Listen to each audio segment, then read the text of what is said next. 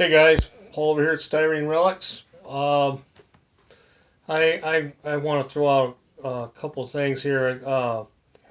I've got one, two, three, four different guys here that I want to give a shout out to, but they're not model car related.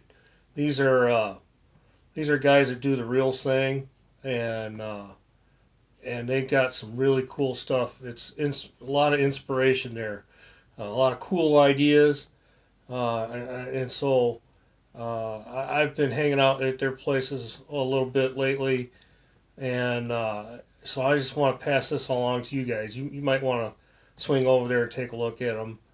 And in the meantime, I've got a couple old hot rods that I've been messing with. The green one there has been kicking around for about a year now.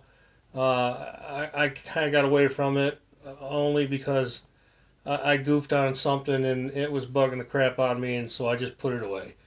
And then I got a '37 Chevy behind it here. I'll show in a minute, and that one I kind of got away from it as well.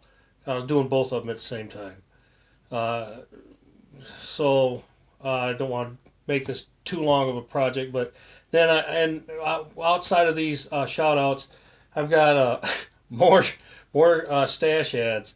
When I got back from the NNL 17, a guy at work cornered me and he says, "Hey man, I saw you went down there and I've got some kits that you might be interested in." And sure enough, he did. So I want to show those off to you as well. So uh, let's do some real quick shout outs and I get this out of the way real fast. Um, I've been hanging out over at uh, Uncle Tony's Mopar Uncle Tony's garage. He's a Mopar guy, and I started hanging out over there quite a bit, quite a while back, because he was at that time he was messing around with a slant six, and I kind of made mention here not too long ago that I was building a slant six bracket racer, and he's the reason why I kind of got fired up on that. So he does all kinds of stuff, right? It's just, but he's very knowledgeable and very easy to listen to. Um, you'll I like him. I mean, I think you guys would too. He does a lot of the old Mopar stuff, so yeah, if you're into that, he's kind of knowledgeable in that pretty well. So head over there. It's Uncle Tony's garage. So that's that one.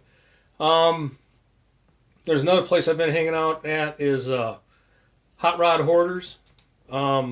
He's just got old drag stuff, all kinds. I don't know where he's finding this stuff. Drag race cars sitting out in the field somewhere.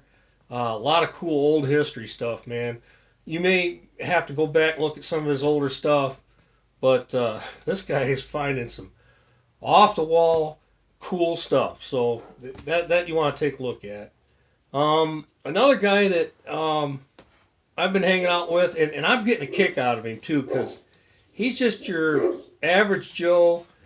Just he reminds me of myself a little bit, because if it's broke, then we'll fix it, and we'll fix it with whatever I got around the house, kind of thing. I mean, to a point. But it's his channel's called Halfass Kustoms, and with a K, Customs with a K, and half-assed customs with a K, and he does old hot rods. He's just I hate using the term uh, uh, old school. I hate using the term rat rod. That's just I don't know. That's not me. But what he does is the old school, old builds. Okay, and it's just really cool how he goes about doing it.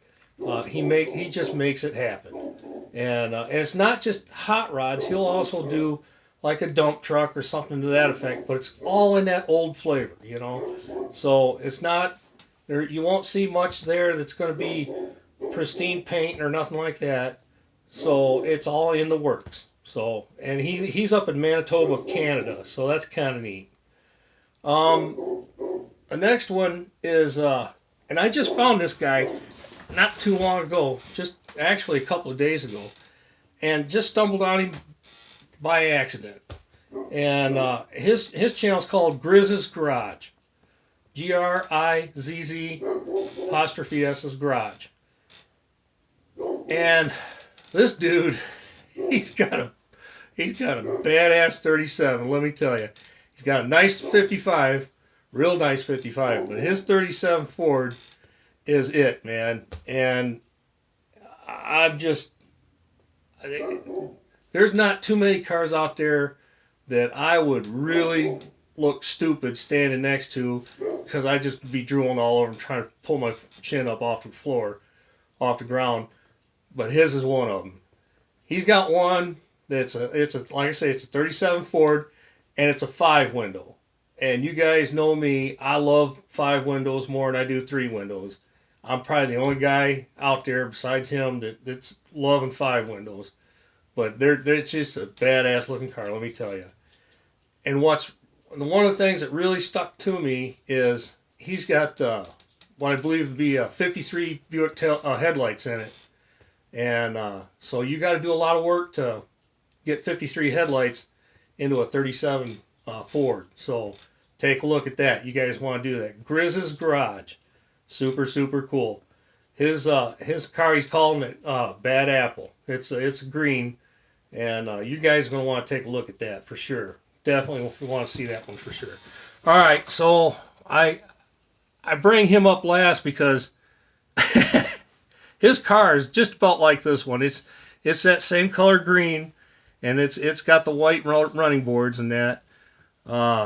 So it is just really super cool. So you guys want to see that. You definitely want to see it. If I had a set of 53 Buick headlights kicking around, I'd probably try to build his car. It's just that neat. It really is. But here, let me throw this out. My build here is this one. The green one was going to be built as if my brother was building it, and then the 37 Chevy was going to be as if I was building mine. Because I was going to go with his taste and mine, and so mine was going to be a little less on the high-end dollar value. Okay, because Jim always liked going full tilt on his stuff. So anyways, what I did here on this is I've eliminated the front bumper, the deals where the bumper, the mounts would come out for the bumper, filled in for the horn holes, and smoothed all that out, smoothed out the hood. I was going to leave it open on the sides and put a nice 350 in there. This is one of those, the kit has the chop already to the top. So I ran with that. I made my own skirt in the back, and then I rounded the top, and I put this body line in on it just to add a little bit of detail to it. I think that's just a nice little touch.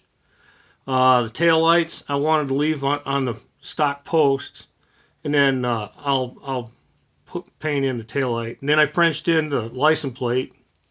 As you can see, I cut the license plate opening, and then I put a piece of styrene in behind it. So yeah, that one I like quite a bit. Couple of things that went wrong. It's either I'm going to live with it or I'm going to strip it down and repaint it. I actually painted it, and for some reason did not put the trunk on the body when I was painting it, and it's a different color. I either do not have enough of the green on it or something, but yeah, that one just bums me out right there.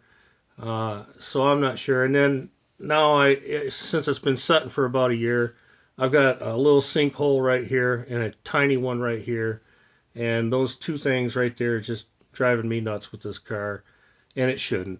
So, well, anyways, that's that ride. The 37 Chevy, I chopped this one, and I'm in the middle of making the skirts here as well. And the thing that's bugging me about this one is, you can see this flat spot right here. how it dips down and then comes back up. I need to fill this in and make this look right because I somehow pushed in on it when I was putting it together, and I got a dip there. That dip is not right. It's just not right at all. Mine was going to run a 6-cylinder, so I have one side open. I was going to show the carbs and everything over here, and then I was going to make a hinge and have the hood hinge up like this on this side. So that's the reason why it's not cut on over here. What I did was on the chop, see if I can get this out here without tearing things up.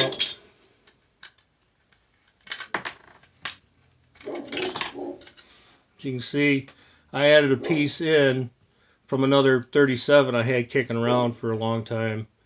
And I thought it was going to be right on the money, but boy, that dip is just prominent. It's right there. You can see it plain as day.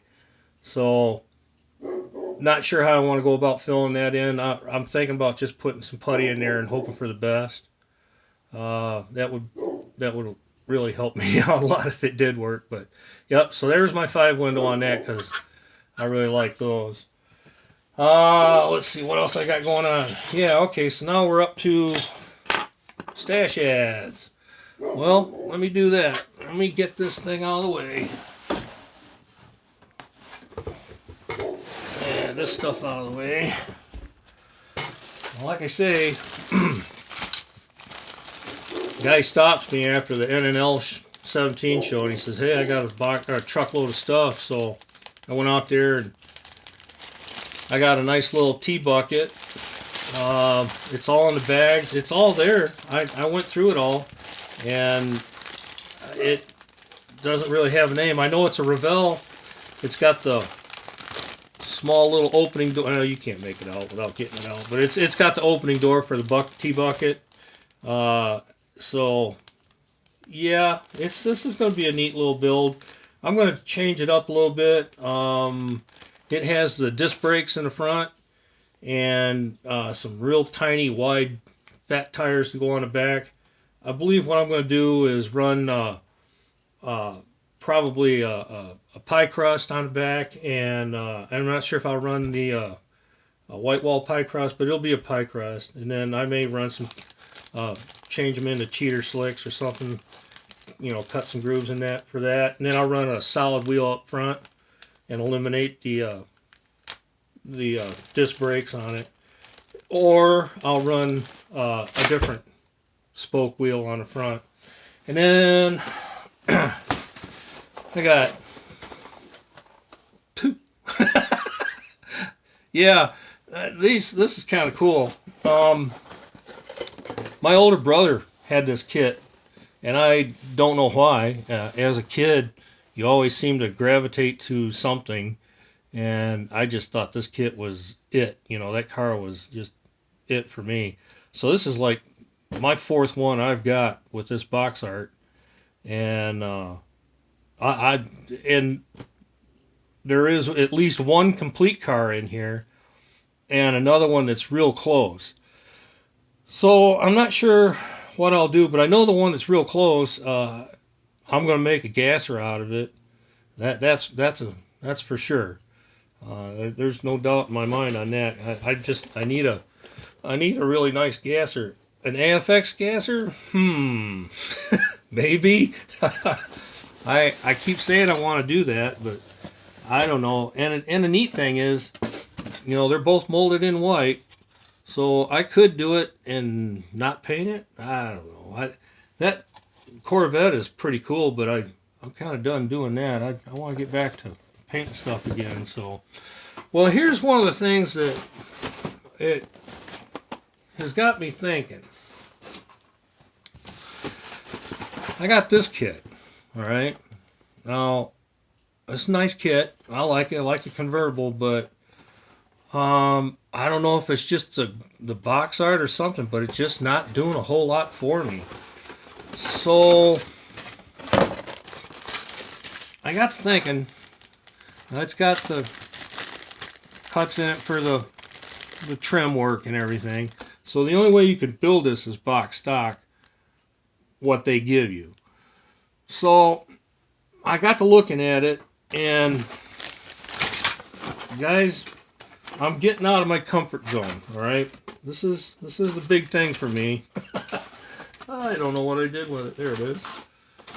I'm going to start getting out of my comfort zone a little more and a little more, because why? Well, that's the only way you learn, right? So you guys have got me thinking about pro streeting and all that kind of stuff, and I'm thinking, you know what? Baby steps. So here's my baby step thing. I think I can mini tub this. This looks fairly doable to me. Help me out if I'm wrong, guys. But I think I can mini tub that. I mean, and then I've never done it, so correct me if I'm wrong. I'm going to need to cut this section out here and save it, and then do my tub and then put this piece back in. If I'm wrong, correct me, please, because that's the road I'm heading down. So I'm thinking, all right, that takes care of that. And what I'd really like to do is I am just fixated on watching Jimmy over at Leadhead Kustoms. Man, that guy's just out of this world. And the engines that he's putting in them. So I'm thinking, all right, now, Paul, reel it back. Since this is going to be my first crazy thing, now I have no idea when I'm going to do this. Let's just stick with an LS, just a plain old LS. So my question is to you guys, if I do this, because I don't own an LS, everything I've got is old school. There was that old phrase again.